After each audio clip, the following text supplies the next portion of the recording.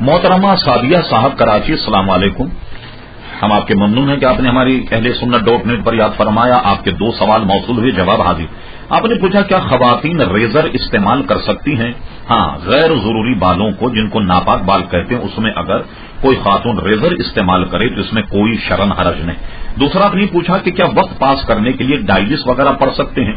شریعت نے ہر ایسے کام کو ناجائز قرار دیا ہے جس سے کوئی حاصل اور وصول نہیں ہوتا، تو میرا مشورہ یہ ہے کہ بجائے ڈائجسٹ پڑھنے کے آپ اپنے پاس کوئی اچھا دینی کتابوں کا گلدستہ سجائیے، سچے واقعات، صحابہ کرام کے واقعات، صحابیات کے واقعات، اور ان سے اپنے دل کو بہلائیے، تو اس سے آپ کی دینی معلومات میں اضافہ بھی ہوگا، اور کیا خوب ہو کہ اس کے ساتھ آپ کچھ مسائل کی کتابیں بھی پڑھا کریں، تو اس میں دین کا فائدہ ہے۔